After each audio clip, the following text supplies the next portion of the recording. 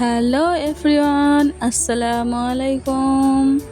কাছে এবং দূরে, দেশ বা দেশের বাইরে যে বা যারা ভিডিওটি দেখছো, আশা করি আল্লাহ তাআলার অশেষ রহমতে তোমরা সবাই সুস্থ আছো, ভালো আছো।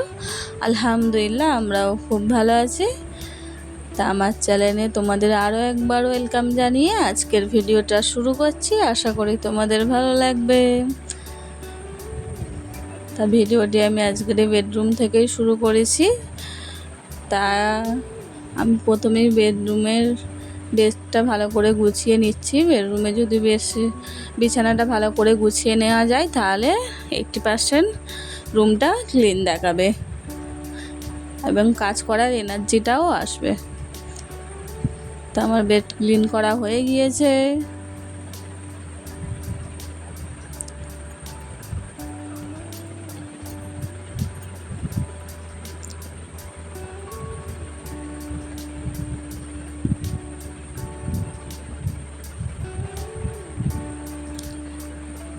তাই এবার আমি সোফাটাকে ক্লিন করে নেবো। তার জন্য আমি সোফাটাকে ভালো করে ঝাড় দিয়ে নিচ্ছি।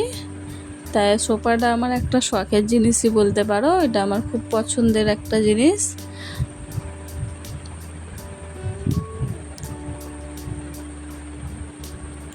তাই আমি সোফাটাকেও ভালো করে গুছিয়ে নিলাম।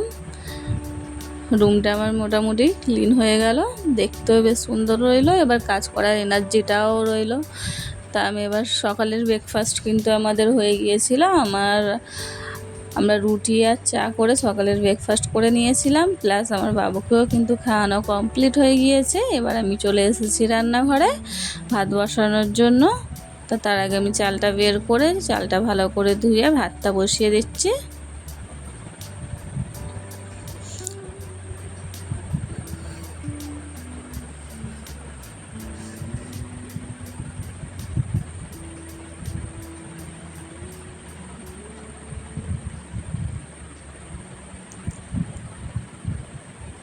আমার ভাত বসানোও কিন্তু কমপ্লিট হয়ে গিয়েছে।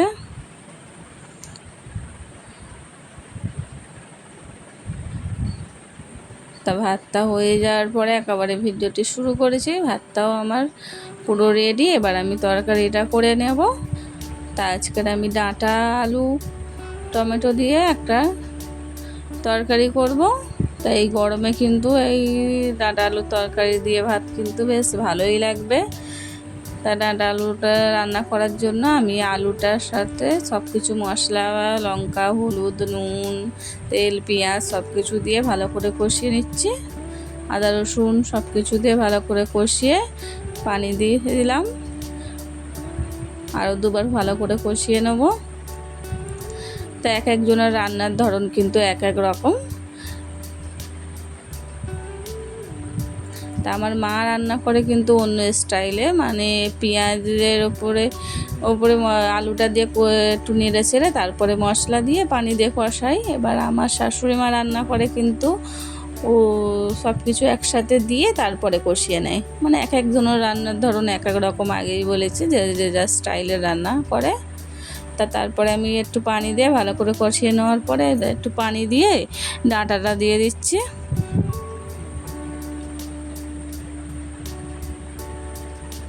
তারপর আমি টমেটোটা দিয়ে দিলাম। তাই এটা ফুটে এলেই কিন্তু আমার এই রান্নাটা কমপ্লিট হয়ে যাবে। তারপর আমি চলে এসেছি ওদিকে ডাঁটাটা বসিয়ে দিয়ে এইদিকে গ্যাসটা যেহেতু জোরে, তাই এইদিকের গ্যাসেতে আমি করলা ভাজি বা উচ্ছে ভাজি যে যেটাই বলে থাকো এটাই করে নিচ্ছি। এইটা কি এই উচ্ছে বা করলা, এটা কিন্তু আমার বিয়ের আগে একটা অপছন্দ জিনিস, অপছন্দ ধরতে পারো। এই বিয়ের আগে মোটামুটি আমি এই জিনিসটা খেতামই না, মোটামুটি আমার ভালো লাগতো না। তেতো জিনিস খুব একটা আমার পছন্দ না। হেলদি বটে, কিন্তু হেলদি জিনিসই তো আবার মানে মোটামুটি এটা আমার পছন্দ খাবার নয়।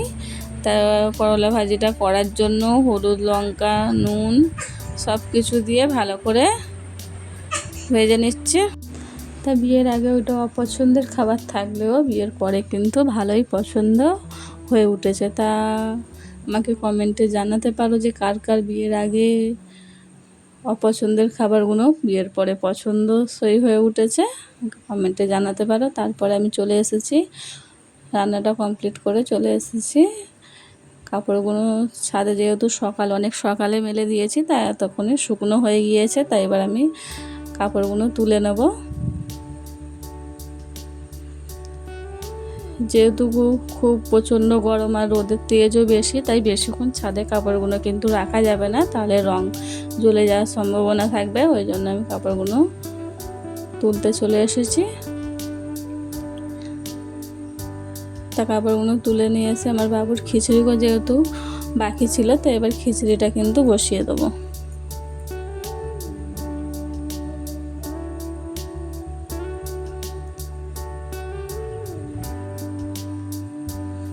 তারপর খিচুড়িটা আমি রিফাইন তেল দিয়েই করি, তার আগে প্রেসারে একটু তেল দিয়ে দিলাম।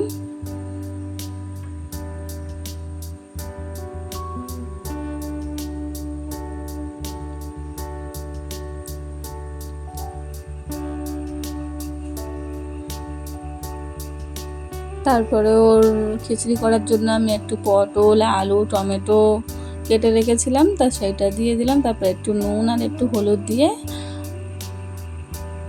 আর ওকে আজের বাসমতি চালের খিচুড়ি করে দেবো। তা আমি বাসমতি চাল আর ডালটা ধুয়ে নিয়েছি। এবার প্রেসারে দিয়ে একটা ডিম দিয়ে সিটি, একটু সয়াবিনও দিয়েছি, দিয়ে সিটি মেরে নেবো। ব্যাস, বাবুর খিচুড়ি রেডি।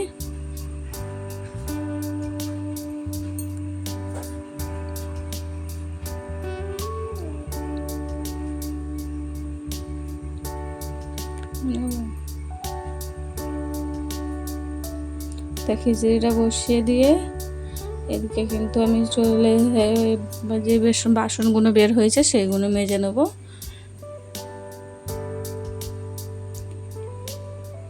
তা হাউস ওয়াইফদের কিন্তু একটার পরে একটা কাজ লেগেই থাকে, এবার করেও যেতে হয়। যেহেতু এটা বসিয়ে এটা সিটে হতে হতে এদিকে আমার বাসন ধোয়াটাও কমপ্লিট হয়ে যাবে, তাই বসে না থেকে কাজটা আমি কমপ্লিট করে নিলেই আমার ভালো হবে। তা আমি বাসনগুলো ধুতে থাকি, তোমরা ভিডিওটি দেখতে থাকো। আর যদি ভিডিওর কোনো অংশ তোমাদের ভালো লেগে থাকে তাহলে like, comment and share and subscribe করে দিও। আর যারা অলরেডি সাবস্ক্রাইব করে দিয়েছো তাদের অসংখ্য ধন্যবাদ।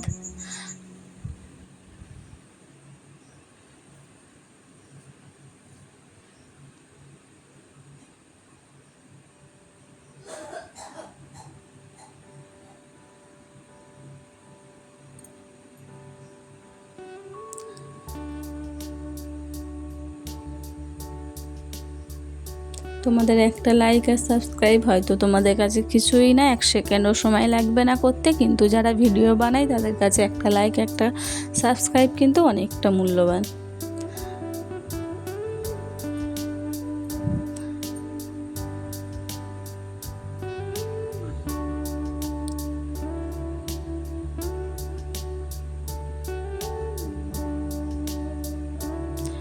তা বাসন মাজা হয়ে গিয়েছে, এবার কিন্তু আমি বেসিনটাও ধুয়ে নেব, পরিষ্কার করে নেব।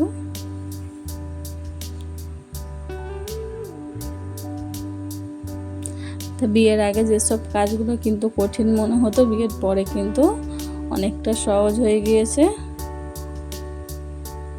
আর সঙ্গে সঙ্গে কাজ কিন্তু সঙ্গে সঙ্গে করে নিলে মাথায় কোনো চাপ থাকে না। তা আমার বাবুর খিচুড়ি কিন্তু রেডি হয়ে গিয়েছে।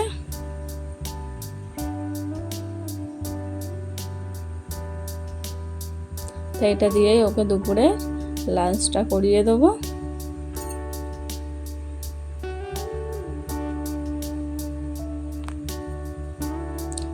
তো এবার গ্যাসটা আমি মুছে নিচ্ছি, যেহেতু রান্না বান্নার পরে গ্যাসটা অনেকটাই নোংরা হয়, তা গ্যাসটা আমি আগে ক্লিন করে নেব।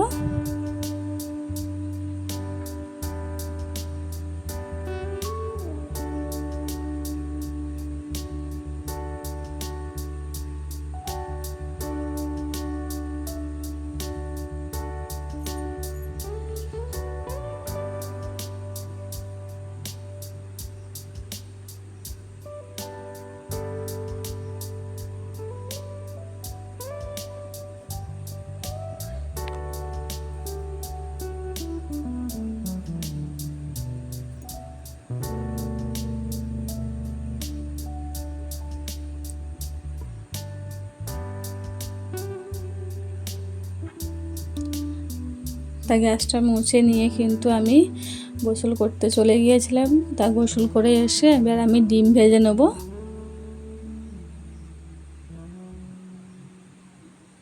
খাওয়ার আগে ডিমটা ভাজছি যাতে গরম গরম ডিম ভাজাটা খাওয়া যায়।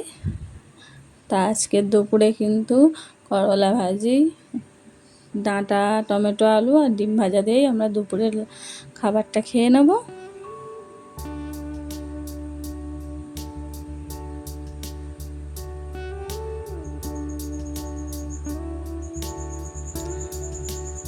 তো দুপুরে খাওয়া কমপ্লিট করে আমি একেবারে চলে এসেছি সন্ধ্যের টিফিন বানানোর জন্য। তা আজকের একটা ইউনিক রেসিপি তোমাদের সাথে শেয়ার করব। সেটা হচ্ছে ছোলা মটর দিয়ে একটা তরকারি রেসিপি তোমাদের সাথে শেয়ার করব। কারণ যেহেতু আমরা ছোলা রান্না বা ছোলা সেদ্ধ করে ভাজা খেয়েছি বা মটর দিয়ে ঘুগনি রান্না খেয়েছি, কিন্তু ছোলা মটর এইভাবে রান্না করলে কিন্তু খুবই টেস্ট হয়। হয়তো দেখা গেল বাড়িতে অল্প একটু ছোলা রয়েছে, যেটা করলে হয়তো সবার হবে না, বা অল্প একটু মটর রয়েছে তাতেও সবার হবে না। তা দুটোকে মিক্স করে কিন্তু এইভাবে রান্না করে দেখতে পারো, তাতে কিন্তু খুবই ভালো লাগবে।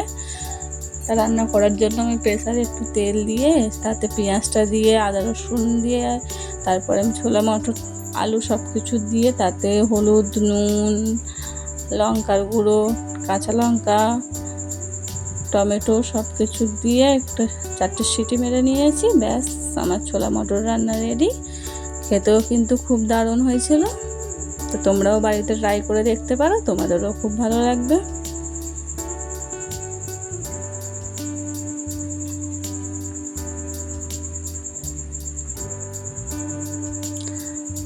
আর সন্ধ্যের টিফিনের পরে চলে এসেছি রাত্রিরের রান্নার জন্য।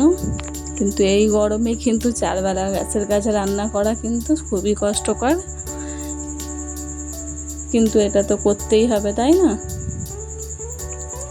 তার জন্য আমি চলে এসেছি রান্নাঘরে। এসে সয়াবিনটা একটু পানি গরমে ভিজিয়ে রাখতেছি যাতে নরম হয়। সামান্য হালকা হালকা উঁচু পানি গরম করে তাতে ভিজিয়ে নিলাম। তারপরে আমি চলে এসেছি আলুটা কেটে নেওয়ার জন্য। আলুটা আমি ছিলে নিচ্ছি। এদিকে আমার বাবু কিন্তু আমার সাথে রান্নাঘরে চলে এসেছে। ওর দুষ্টুমি করছে, মানে ওর কাজ করছে, আমি আমার কাজ করছি।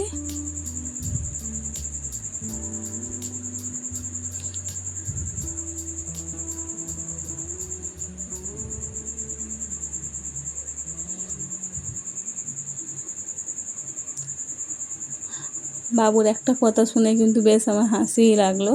তা আমি দুপুরে কাপড় গোছানোর সময় কাপড়গুলো গুছিয়ে যখন ওই ঘরে রাখতে গিয়েছি, তা ওই ঘরে স্ট্যান্ডে গোটা কত কাপড় রয়েছে মেলা। তা আমি বাবুকে বলছি কাপড় কটা এনে দাও না, এনে দেবে বাবু। তখন ও কি বলছে, লাইক অ্যান্ড সাবস্ক্রাইব করো, তারপর করতে বলো, তারপরে এনে দেবো। তা এটা শুনে বেশ হাসিই লাগলো আমার। তো এবার সয়াবিন আলুটাকে আমি ভেজে নেওয়ার জন্য একটু হলুদ আর একটু নুন দিয়ে ভালো করে ভেজে নেব। তা আমি এইভাবেই কিন্তু সয়াবিন আলু রান্না করে থাকি। একটু ভেজে নিয়ে রান্না করলে কিন্তু টেস্ট হয়। তো সয়াবিন আলু ভাজাটা কিন্তু আমার কমপ্লিট। এদিকে প্রেসারও বসিয়ে দিয়েছি, তাতে একটু তেল, একটু পেঁয়াজ, তারপরে আদা রসুন দিয়ে তারপর সয়াবিন আলু আগেই ভেজে রেখেছি, সেটা এটা ঢেলে দিয়ে দেবো।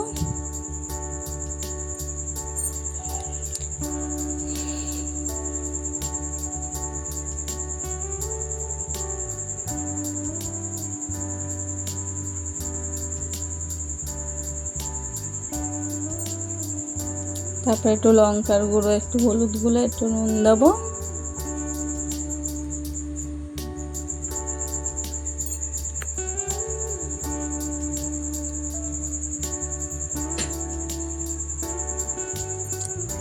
যেহেতু আমার কাছে কোনো ফোন রাখার স্ট্যান্ড নেই, এক হাতেই ফোন ধরি আর রান্না করি,